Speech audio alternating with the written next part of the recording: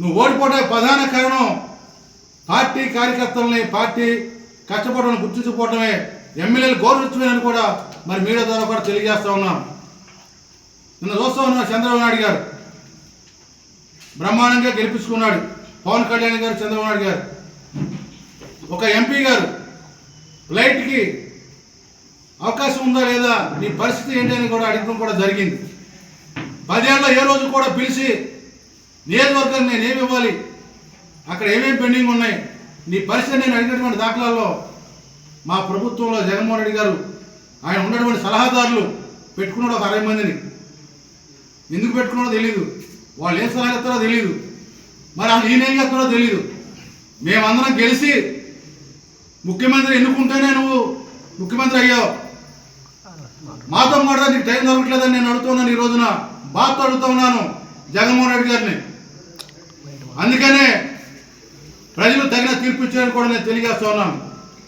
ఏదైతే పవన్ కళ్యాణ్ గారు, చంద్రబాబు నాయుడు గారు, నరేంద్ర మోడీ గారి నాయకత్వంలో బీజేపీ అధ్యక్షురాలు పురంధేశ్వరి గారు వీళ్ళందరూ కూడా కలిసి కూటమిగా పవన్ కళ్యాణ్ గారు ఒకటే చెప్పారు, ఈ రాష్ట్రంలో ఓట్లు చెల్లమను కూటమిగా ఏర్పడి బ్రహ్మాండ ఘన విజయం సాధిస్తామని చెప్పడం కూడా జరిగింది.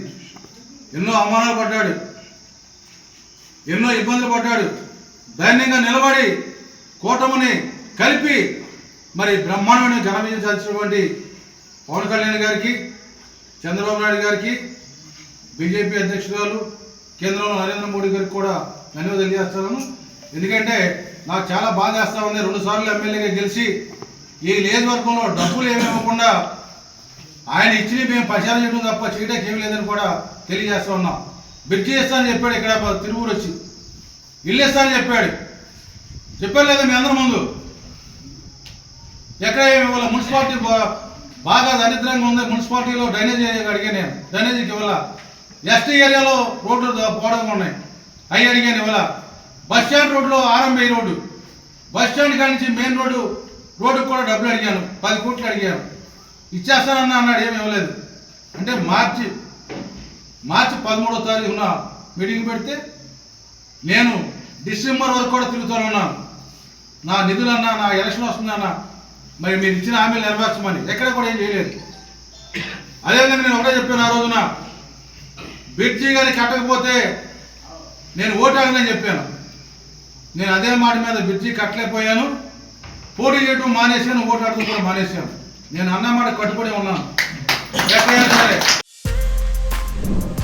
For more videos like this, subscribe Big TV channel.